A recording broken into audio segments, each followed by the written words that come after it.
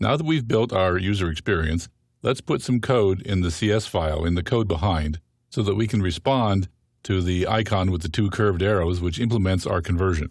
So we come to the Solution Explorer, we open up main page, we open up mainpage.xaml. Before we start writing code, let's take a brief look at the contents of this class as it was expanded from the template. The first set of using statements give us connectivity to the base .NET class libraries. The ones labeled system.windows connect us up to the Silverlight libraries. And finally, the Microsoft.phone controls using connects us up with the specific controls such as the application bar and the application page that you get specific to the Windows Phone.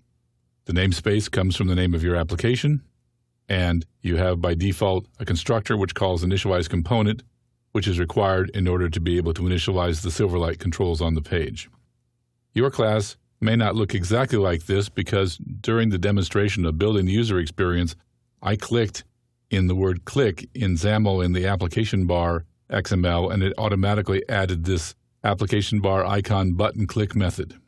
We're going to replace that with one that's called convert click. So to implement the code here, we're going to select everything between the opening brace underneath the class declaration and the closing brace that closes the class. So we'll delete that, and then we'll type in our snippet.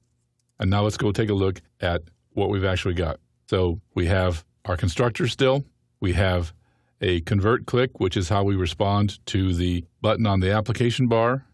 And we have two empty implementations of the .focus event handlers so that when the user taps on the text box, the appropriate method gets called so that when we're actually implementing the full conversion, it can clear out both text boxes and decide whether you're converting Fahrenheit to Celsius or Celsius to Fahrenheit. So now we have the minimum amount of code behind. Let's check and see if everything's wired up. So we'll press F5 and run this app in the emulator. Right now, our app doesn't do anything. If we tap here, we get the keyboard. If we tap here, we get the keyboard. If we tap anywhere else, the keyboard goes away. But to make sure we've got our application bar connected up, let's tap on the icon, and there we've got a message box. So we know we're wired up. We know we're good end to end.